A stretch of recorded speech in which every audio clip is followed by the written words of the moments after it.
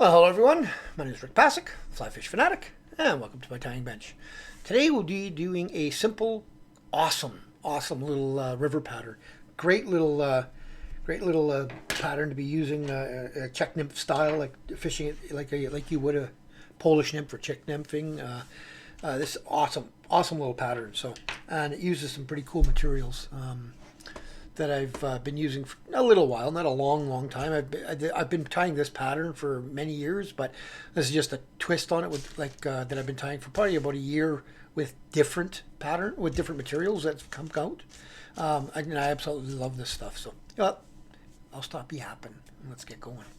So today in the vise, we're going to be using these Alex Nymph hooks. All right, let's see if I can get that. Yeah, Alex Nymph hooks. They're already pre-weighted. They're great little hooks. They're sharp. Yeah, they're already pre-weighted with lead and formed in a taper. That one's not the greatest one. Let's try to get another one. Most of them are pretty good. That was a little ugly around the head. That one's better. But it's all going to get covered anyway, so who really cares? So, okay. So that's how we start. We're going to use some Semperfli NanoSilk in a copper. First things first with this, waxy de-wax, because it's this lead that's on here is a bit slippery, so wax it up. Just make sure we get a good base sticking. Get it right in behind that bead, get a really good layer. And then I'm just going to open it up, come back, go back a bit to where I want to be, and then come back again. Just cover a little bit of that up. And then I'm going to come back to here. Then I'm going to use this Hends Pearl Scud back. This is in the 110. You can get, this stuff is awesome. You can get it in a really bright chartreuse, a little bit more toned down, a blacky green, a pink, kind of a greeny black. It's more green than black, not like the other one, and then a clear, and there is others. So great stuff. Really like this stuff. It can be used in so many different ways, but I really like it for shellbacks. So this has got a little bit of a fray area, not a big deal. So when I cut it, I probably frayed it a bit. I'm just wanting to make sure I keep this right up on top. I'm going to come back past where the lead was and then come back up here. And then I'm just going to nip off all this stuff. Sometimes you can actually, well, at the end, you can leave some of this stuff sticking out. It looks kind of neat. I think it's another attractant.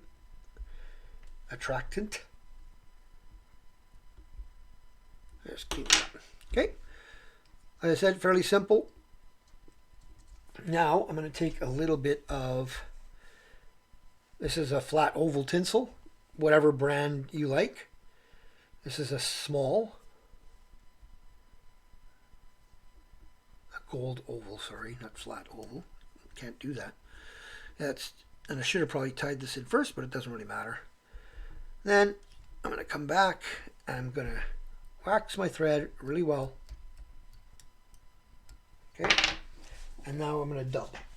So the body is going to be this hard dubbing by Hends. I like using pretty well all of them here.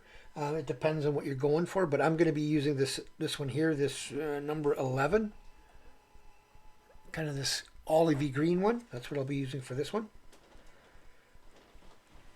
So I'm just going to take a little batch out and a little bit at a time because I want to kind of keep that taper. Right, so I'm just going to do a little bit at a time. Have a nice small body at the back end. And you notice how I'm leaving a bit of that thread because I got to come back a bit. There we go. So there we start right there. Make sure it's tight.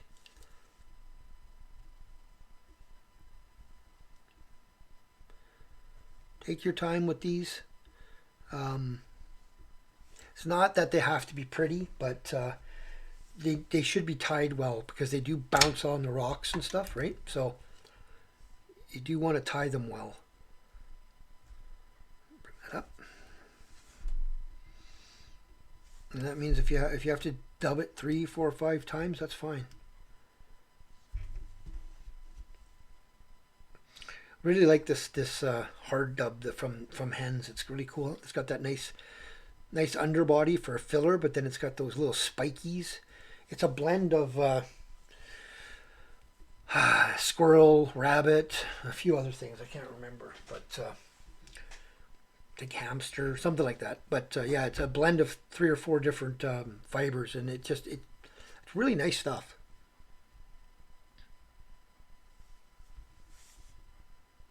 So I'll come to about there.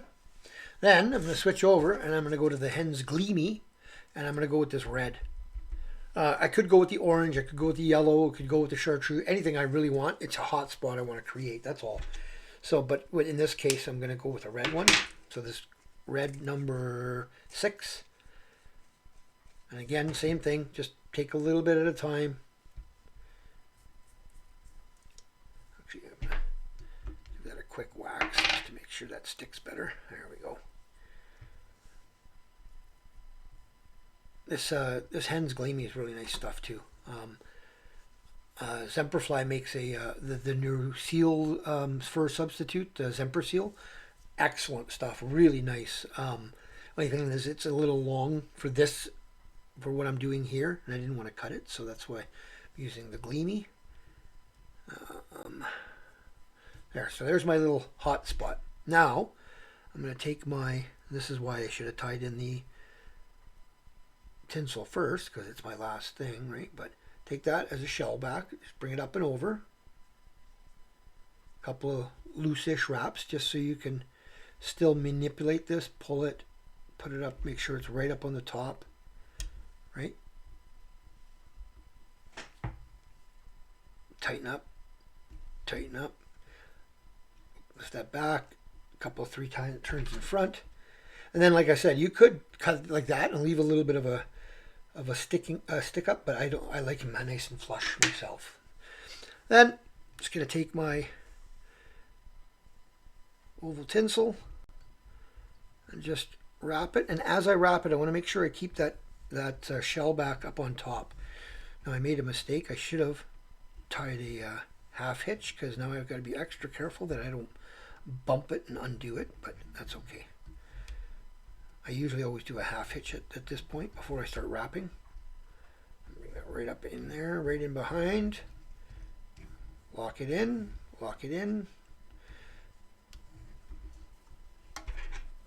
Nip that off, nice and tight.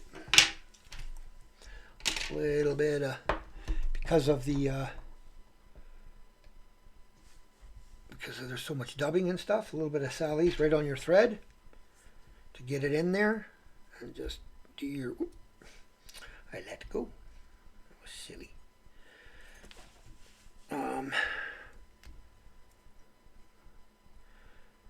4-turn whip finish. This is that NanoSilk, so you can really crank on it. And I cut that. I touched it with the scissor too close. There we go. So now, close the Sally Hansen so you don't spill it. I'm going to get my little handy dandy little toothpick, popsicle stick with a little bit of Velcro on it. I'm just going to pull out a little bit of that red, just a little bit.